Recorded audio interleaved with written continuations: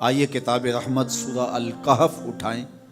اللہ تعالیٰ نے ایک واقعہ بیان کیا ہے حضرت موسیٰ اور حضرت خضر علیہ السلام کا کہ حضرت موسیٰ علیہ السلام عزم مصمم کر کے جب چلے تو اللہ فرماتا ہے کہ ہم نے حضرت موسیٰ علیہ السلام کو جس بندے کی نشانی بتائی تھی وہ بندہ ان کو وہاں مل گیا۔ سفید چادر اوڑے حضرت خضر علیہ السلام وہاں لیٹے ہوئے تھے تو یہ جا کے ان کے پاس کھڑے ہو گئے کہ حضرت میں آپ کی خدمت میں اس لیے آیا ہوں کہ اللہ نے آپ کو جو خصوصی علم عطا کیے ہیں میں ان کو سیکھنے کی غرض سے آپ کی چوکھٹ پہ آیا ہوں۔ کہا تم میرے ساتھ صبر نہیں کر پاؤ گے، معاملے مشکل ہیں، سفر دشوار ہے، منزل کٹھن ہے اور میرے معاملات ایسے ہیں کہ تم اعتراض کرو گے اس کے بغیر تم رہ نہیں سکتے۔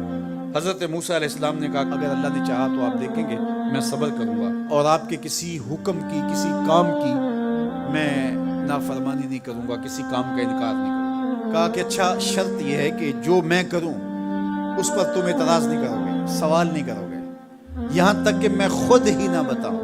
تو کہا کہ یہ شرط ٹھہری، میں کوئی بات نہیں کروں۔ فانطلقا، دونوں چل پڑے، دریا کے پار جانا تھا۔ جو کشتی کا مالک تھا، کشتی بان تھا، وہ حضرت خضر علیہ السلام کو جانتا تھا تو اس نے کرایہ بھی نہیں لیا، لیکن جب کشتی پر سوار ہوئے تو عصا مار کے حضرت خضر علیہ السلام نے کشتی کا ایک پھٹا توڑ دیا۔ تو بے ساختہ حضرت موسیٰ علیہ السلام نے کہا آپ نے پھٹا توڑ دیا، یہ سارے ڈوب جائیں؟ کہا میں نے کہا تھا نا تم میرے کاموں پہ صبر نہیں کر پاؤ گے۔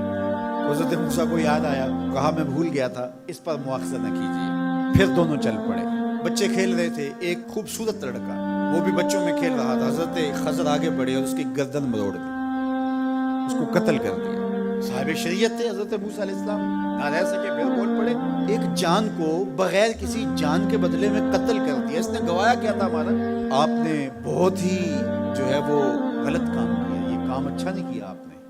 کہا میں نے کہا نہیں تھا کہ تم میرے ساتھ صبر نہیں کر پاؤ۔ کہا ایک موقع اور دے دیجئے، اب اگر میں نے کوئی اعتراض اٹھایا تو پھر دوبارہ مجھے آپ اپنی صحبت میں نہ رکھیے، عذر تمام ہو جائے گا۔ پھر دونوں چل پڑے، یہاں تک کہ ایک بستی میں دونوں آئے تو آپ نے بستی والوں سے کہا کہ ہم مہمان ہیں، آپ ہماری مہمان نوازی کیجیے، کھانا کھلائیے۔ تو انہوں نے انکار کر دیا، کہا کہ ہم تو آپ کو بلایا نہیں ہے، آپ خود آئے ہیں، آپ اپنے کھانے کا خود انتظام کیجیے۔ گزر رہے تھے گلی سے تو ایک دیوار گرنا چاہ رہی تھی تو جلدی سے اس دیوار کو مرمت کر دیا۔ کہا حضرت ہم اگر چاہتے تو اس پہ اجر لے سکتے تھے، انہوں نے ہمیں کھانا تک نہیں دیا اور ہم ان کی دیواریں سیدھی کر رہے ہیں۔ کہا اب تمہاری میری جدائی ہو گئی، تم نے یہ بھی اعتراض کر دیا۔ تو انہیں یاد آیا کہ وہ یہ بھی اعتراض ہو گیا۔ اب میں تمہیں بتاتا ہوں کہ یہ 3 کام میں نے کیوں کیے۔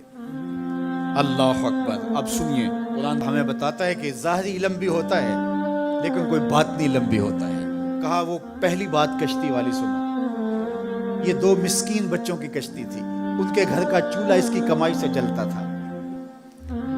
دریا کنارے کنارے ایک ظالم بادشاہ رہا تھا جو لوگوں کی کشتیاں چھین رہا تھا، ہم نے تھوڑا سا عیب لگا دیا، وہ ٹوٹی کشتی چھوڑ کے چلا گیا۔ اب وہ تھوڑے سے پیسے لگا کے کشتی مرمت کرا لیں گے، گھر کا چولہا جلتا رہے گا، بتاؤ اچھا کیا یا برا کیا؟ کہا رہی بات اس بچے کی جس کو ہم نے قتل کیا، اس کے ماں باپ مومن تھے، نیک تھے، صالح تھے، بچے نے بڑا ہو کے بہت برا ہونا تھا، ہم نے اس کو قتل کر دیا، اللہ اس کے بدلے ان کو بہتر اولاد دے گا۔ علماء تفسیر نے لکھا ہے اس بچے کے بدلے میں اللہ نے ان والدین کو ایک بیٹی عطا کی جس کی نسل سے 70 نبی پیدا ہوئے۔ دیوار کی کہانی بھی سن لیجئے، یہ شہر کے 2 یتیم بچوں کی دیوار تھی اور اس کے نیچے ان کا خزانہ تھا اور ان کا باپ بڑا نیک تھا۔ خزانہ دیوار کے نیچے ہے، دیوار گرنا چاہ رہی ہے، کسی معمولی دھکے سے گر جاتی۔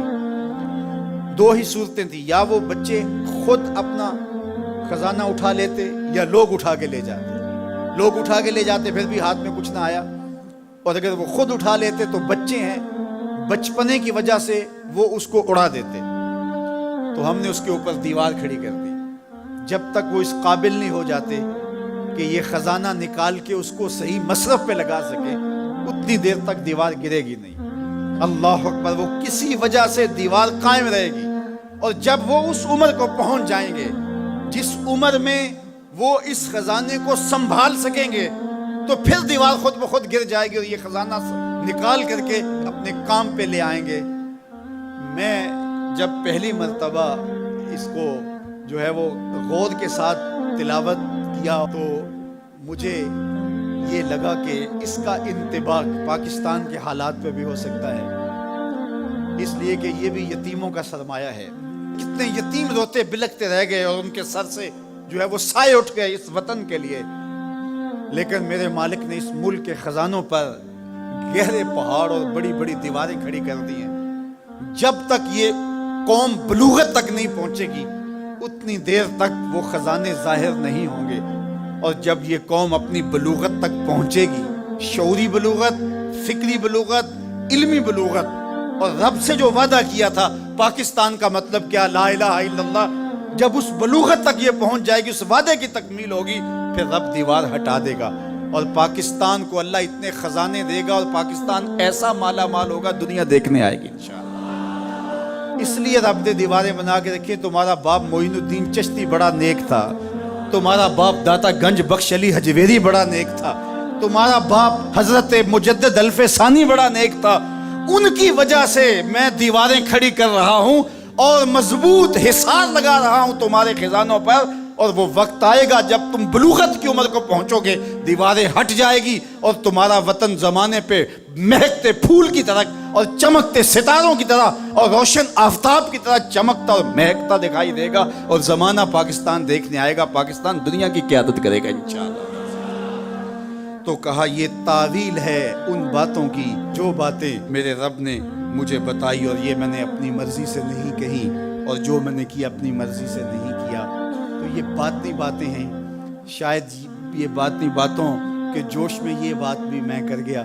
وہ کیا کسی نے کہا تھا کہ بھری محفل میں ایک راز کی بات کہہ دی، بڑا بے ادب ہوں سزا چاہتا ہوں۔